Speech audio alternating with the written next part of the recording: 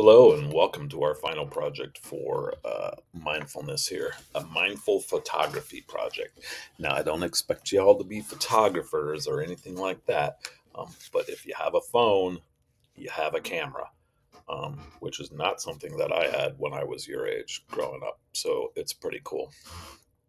So, with this project, I want you to develop a deeper connection to the present moment by using photography as a tool for mindfulness. This project will help you become more aware of your surroundings, notice the beauty, stillness, or grounding elements in your everyday life. I should change that.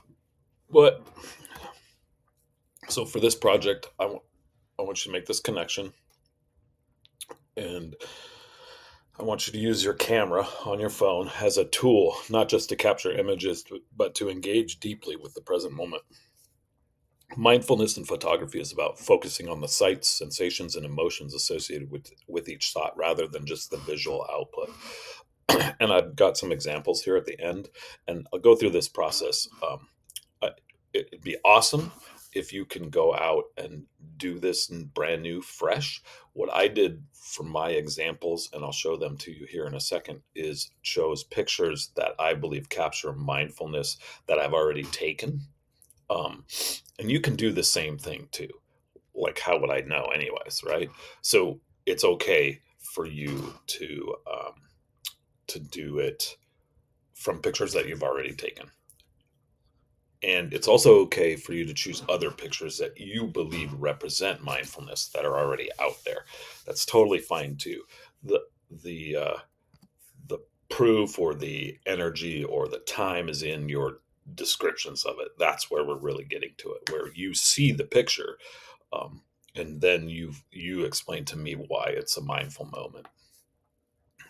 So for this project, I want you to take 5 photographs or find 5 pictures. Like I said, each photograph should capture a moment that reflects mindfulness. And remember, it's mindfulness to you, because your idea of mindfulness may not be my idea of mindfulness.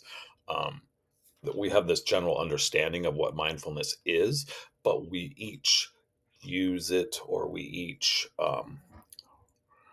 moment or each element of mindfulness is different to each of us, right? It's unique. Yeah. So a scene or object that brings a sense of calm or beauty, a moment of stillness or peace that you encounter during your day, um, a subject that inspires a sense of grounding or focus, like something in nature, or a familiar object, or something from daily life that invokes gratitude or calm, any of these things. So the point is to be intentional and be meaningful in what you're observing or feeling when you're doing this. So the key here is, once you've taken the picture, you're going to write a reflection. Well, you don't have to do it right when you take the picture, right? But these are the 3 things you need to answer: is, why did you choose this picture? How did this picture make you feel mindful or present or calm? And then, what thoughts or emotions or sensations did you experience while taking or choosing this photo? And I've done an example for you, so you'll see what I'm looking for here. And then you're going to create an album. And again, you only have to have 5 pictures, so it's not a huge album. It can all be done on 1 page or maybe 2 pages, depending on how much you need, or it could be larger. You can go crazy with this. You can do 50. I'm not going to give you 500 points for this assignment, but you know what I mean. This might inspire you to do something greater. Use Canva. Obviously, I'm using Canva for this, and so, but you can use Google Slides, you can use PowerPoint, you can just use a Google Doc and include them on there. It's pretty straightforward. If you don't know how to do this part, let me know, and I'll create another video that shows you how to upload pictures and all that kind of good stuff. Because I know that's not the easiest thing to do. You can also print pictures out, and do this on a, like, old school style, and then take a picture of that and send that to me too. Why not? Then you have a poster for your wall when you're all done. So anyway, here's 5 pictures that I chose, and I don't know why they're not showing up on here, but that's okay. On the slideshow itself, they're there, so I may have to go back and re-upload these pictures. That's kind of frustrating, but this one is here, right? I re-uploaded this one right before I started this, so let's focus on this one. This is Blue Pool. It's Tamelich Falls in near Bend, Oregon. But there is no falls most of the year. It's only in like early spring that there's actually falls that go into this pool.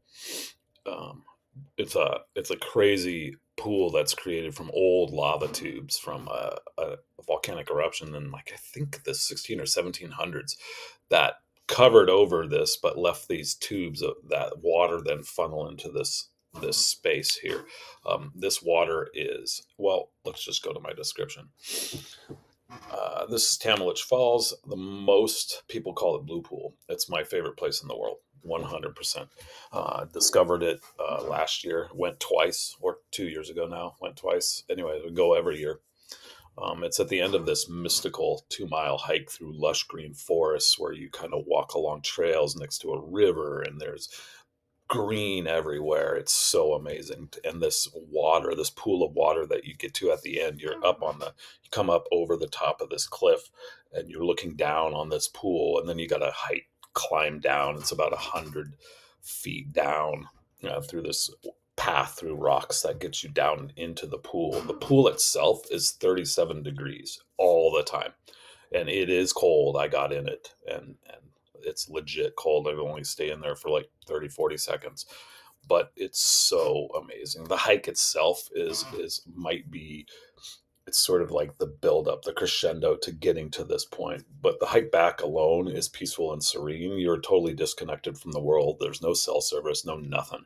Um, and then you get to this still deep pool of water, and you can just kind of like engage in the moment. I mean, there's people there, there's always people around, but everybody's kind of quiet. Well, except for the one guy that was cliff jumping when I was there, which you can do that too. The water's, it's super deep. It's 30, 40 feet deep, I think, in most places. But it's just, when I look at this picture, it's actually, I have this picture as my screensaver, my background picture on my computer. I mean, it just brings back all these feelings of peace and tranquility, and I just feel amazing when I look at this picture. So, and I see it every day. So, it's so amazing. So, I am hoping that by the time you see this slideshow, these pictures will actually be here. But I don't know why they're not. But anyway, that's my description. That's my example. So you just got to write something like that, right? And that covers all those questions. And then finally, I got a joke for you. Why did the meditation teacher give no change when a student paid for a meditation cushion? Because change has to come from within. As always, let me know if you have any questions, and we'll talk to you soon. Thanks. Bye.